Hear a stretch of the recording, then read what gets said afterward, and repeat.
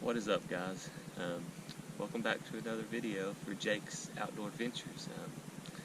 Always this channel is kind of just a little bit of a side project, something I like to do every once in a while. I haven't uploaded in a while, but I've got a very interesting video that I think will be really good for a lot of people. So we're going to talk about muzzleloaders today, and specifically we're going to talk about this rifle right here.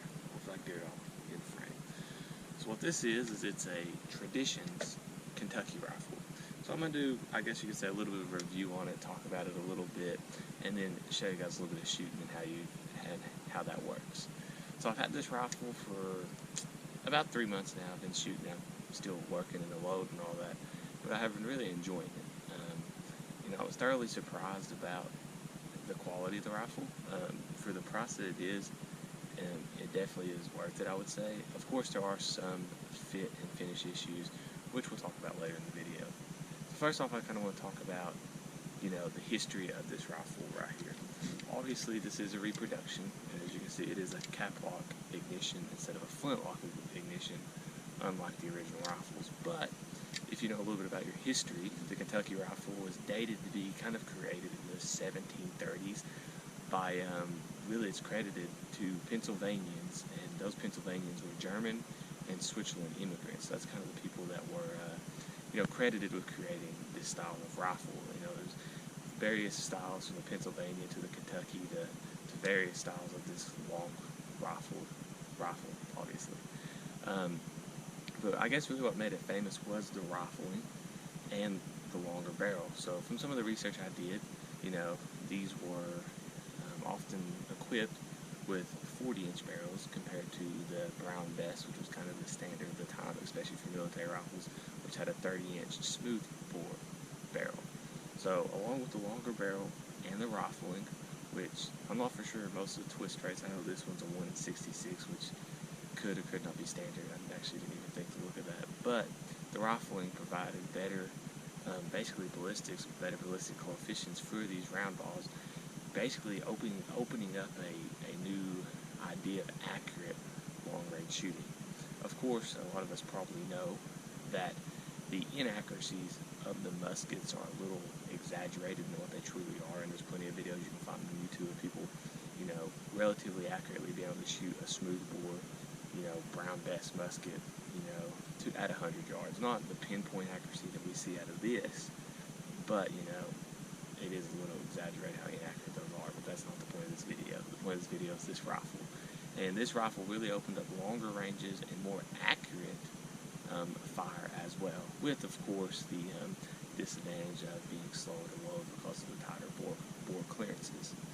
Also, this is a 50 caliber, which I think was kind of the standard that these were made in. And the reason they did that because of the smaller projectile, and it took less lead and less powder compared to the 60 to 70 caliber barrels, rifles, muskets that were seen commonly during this time. So that means you could use less lead, so more lead balls for your money, and less powder, so more shots basically per dollar or per chicken or per whatever skin you traded during those times. So as you know, people in the frontier made this rifle popular with the things that it was able to do, the things that they were able to accomplish for it. And guys like Daniel Boone, who was a Tennessean himself, carried this style of rifle. Now, of course, kind of getting to this rifle, this is a little bit of a base model, you could say. So there's not a whole lot of brass, no relief carving, up and down the barrel like you would see, in rifles of that time.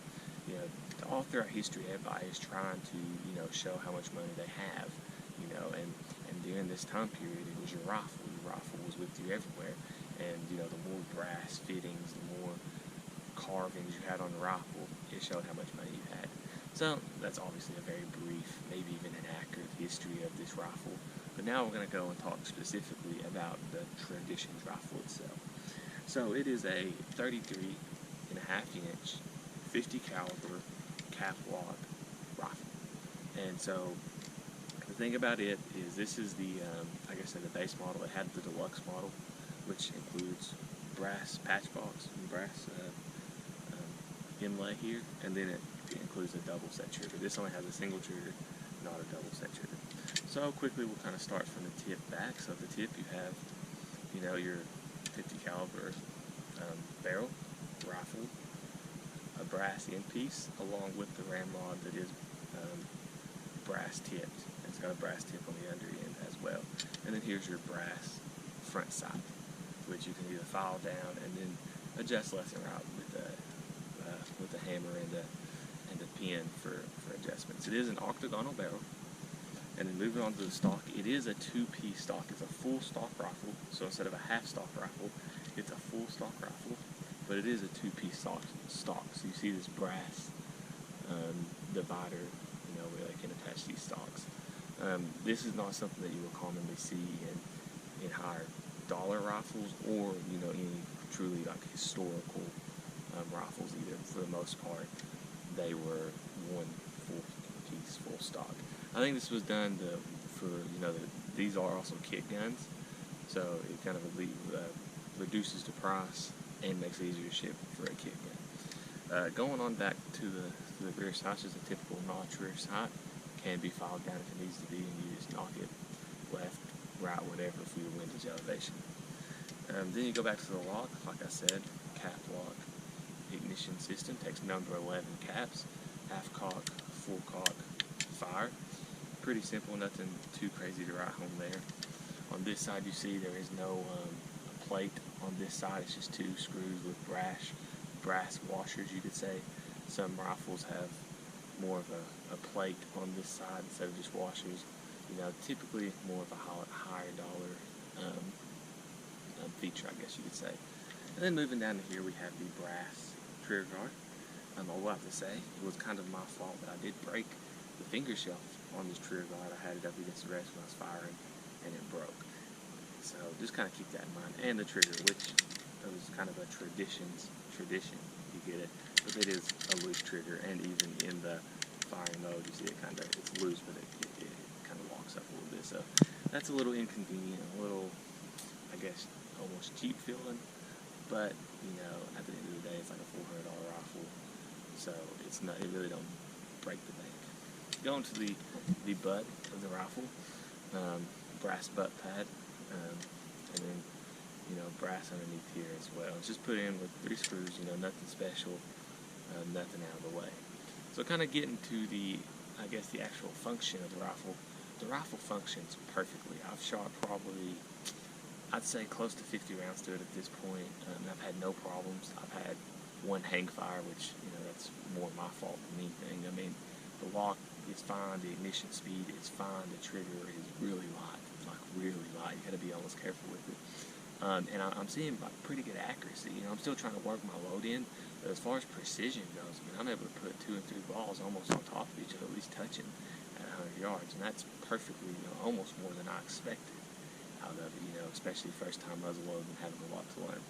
So, I mean, it really is a good beginner rifle. Like I said, I broke the trigger guard here, and as you kind of look through the rifle, you might not be able to see, but some of the fit and finish is, in some places, a little lacking. The stain and stuff on the wood is fine. The wood looks good. I don't have a problem with the wood, but you can see here, for example, there's a little bit of a bigger gap in between the brass divider and the stocks. Some of the brass, as far as like down here, it's a little raised. It's not like perfectly inset into the stock. Some of the brass here has like scratches and discoloring, and that's not for me. I mean, it came like that, and there's some, like, I guess some nicks and stuff within the brass. But like I said, that's all purely cosmetic, and it really doesn't affect the form of this rifle.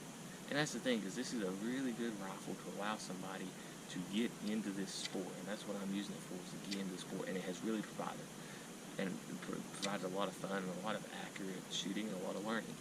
And hopefully I'll be able to use this to take a deer come next deer season. So overall, I would say this is definitely a good rifle. I've had no problems with it, no issues at all, other than breaking this, which was kind of my fault. And like I said, the fit and finish could be a little bit better, but it's nothing to complain about. It's still a good-looking rifle. I think it will still impress people, and if not, who cares? I mean, it's an affordable rifle, and it's a very good way to get into this sport of muzzleloader shooting. So that's kind of all I got to say about it. I mean, it's a muzzleloader. It's simple as far as in design. The shooting of it is a lot more complex, but we'll get into that in just a little bit. So I'm going to go ahead and get my target set up and get my table set up. We'll move on over to the bench, and then we'll talk a little bit more about the load and what I'm shooting, and then we'll see what we can do with a couple round downrange. Alright guys, so we're at the shooting table ready to fire. I went ahead and prepared the gun, swapped the barrel, fired off a cap with no load inside just to make sure there's no oil or anything in residue that could interfere with the firing of this gun. So the very first step we're going to do is we're going to take our powder measure. We're going to load 80 grains, and I'm shooting Untitled 777, which is a 2F equivalent.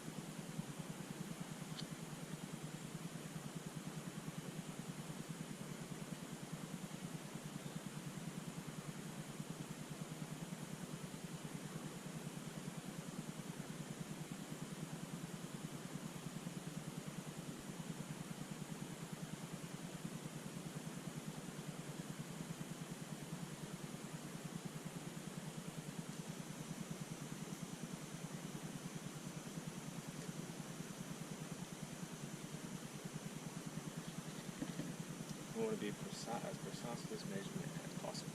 We're going to pour it down the barrel. And make sure all your powder has went down. And you can also give it a tap if you want to make sure all the powder has left off the barrel. Next we're going to take our patch. I've pre-lubed these patches. I'll lube them myself. And we're going to set that on the center of the barrel. After that we'll take our 50 caliber round ball. And we'll put that on top of the patch, and we want to center the patch as best we can.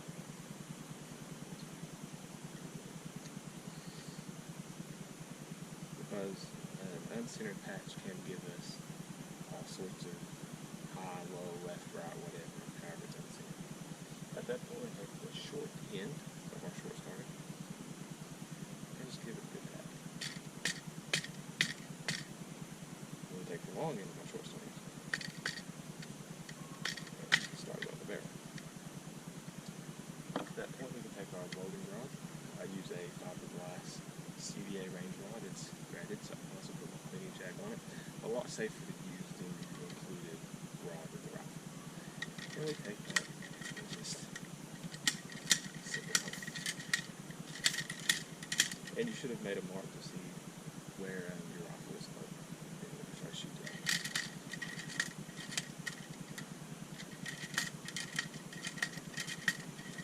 Make sure she's seating good. But you don't want to press too hard because you can deform the ball, which can also cause errors. And at this point, we're ready to take the rifle. We'll set the half cock. We'll put it on the rest, get aimed up, and then we'll be ready to cap it and fire. So now we're a half cock. You can take one of our number 11 caps and shoot Winchester rifle cap, and you can just place that somewhere. Make sure it's seated. And now at this point, all we gotta do is pull back the hammer or the cock, and we're ready to fire. Your protection is in.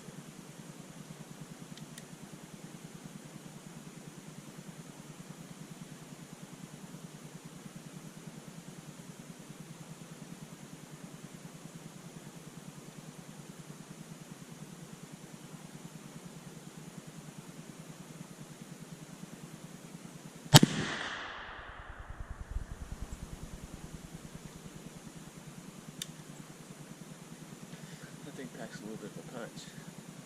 We're going to check our target, load up, and then fire 3 more shots. Also, we'd like to include that since this is kind of a side-in shooting, I will be swapping the barrel between each shot to make sure I maintain the best accuracy per shot.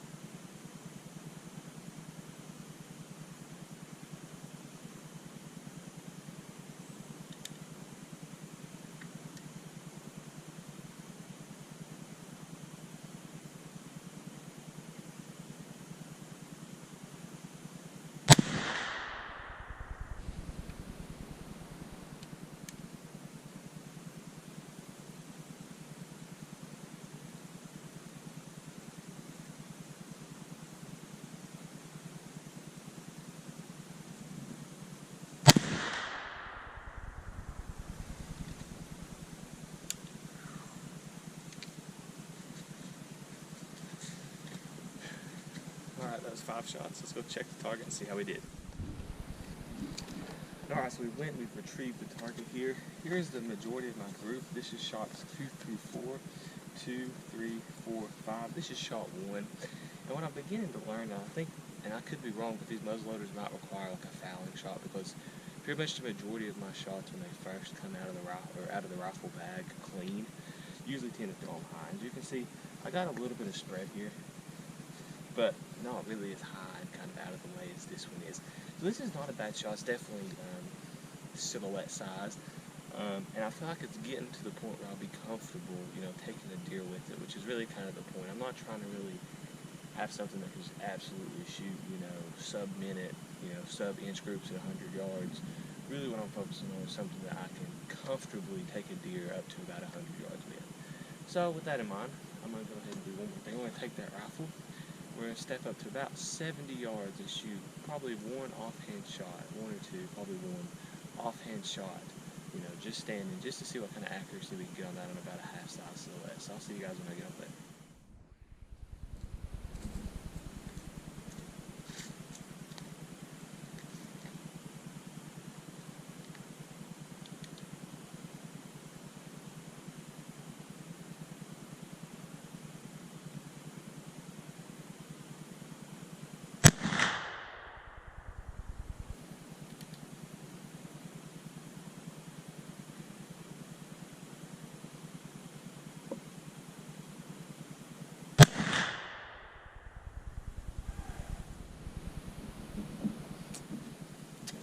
Alright, what's up guys? So that was about 70 yards offhand. The first shot was a little low, and I actually noticed, this is weird, but like the inside of my powder measure unscrewed, so it was like raised up too much, and I noticed it was a little bit wider, so I think it shorted me about 5 grains, which I think was the problem. Which was I shot number 2. So number 2 is pretty much pretty good where I was aiming. A little to the right, which is we need to work on, but that's still not bad. That was probably one of the few times I've shot that gun offhand. Which, let me tell you, it hurts a lot less when you're shooting it offhand. Shooting on that rest puts you in a really weird position, especially with the shape of the stock and the no cheek pad. So it really puts a wallop on you, but that's not too bad, nothing to complain about. Definitely some things to work on from my perspective as far as shooting goes. Still getting used to the shape of this rifle and the width of this rifle and the way this rifle shoots. But, overall that was a good day. Like I said, this rifle is probably more accurate than I could be. And there's a lot of variables that go in it. Powder, patch thickness, patch lubrication, patch placement. All that matters when you get into muzzle loading, or at least traditional muzzle loading. It's not like, you go and load up your Remington 270, which is what I normally hunt with. I chamber around and I know for sure every time, there's nothing I gotta do. If the round's bad, that's on the manufacturer, and for the most part, they're pretty good. Every part of the loading sequence is on me, and if I make a mistake, then it's going to be reflected on the target. But, that's the end of this little review and show off. I hope you guys enjoyed the video, and I hope this inspires you to, one, look at this gun, and consider this gun, and get into muzzleloading. If you can go out and you want to spend $1,200 on a Tennessee Valley muzzleloader's flintlock, then by all means go right ahead. But if you want to look into dabble, and you're not for sure if you like muzzleloading, this right here is a perfect option, and I'm really excited and very hopeful that I'll be able to show you this even more once it comes deer season. We can take a deer with this rifle and really show you how capable this rifle is. You will definitely be seeing more videos of this rifle on the channel. I'd like to do another video really diving into the more historical parts of this rifle, where it came from. Obviously the rifle is modeled after not this rifle, but of the Kentucky rifle, where it came from, where it started, some of the historical figures that used it. Do some more kind of like my other videos on the channel, especially my stories that come from plateau videos, or just one video. But something like that to kind of dive more into the history of these type of rifles. Shooting rifles is fun, I really enjoy it, and then doing a little bit of review of a more modern rendition of the Kentucky rifle I think is important. But hopefully you guys will enjoy something a little bit more deep and historical when we look at this rifle. But I hope you guys enjoy the video. I enjoy the video as always. Shooting black powder is always a joy. I really enjoy it.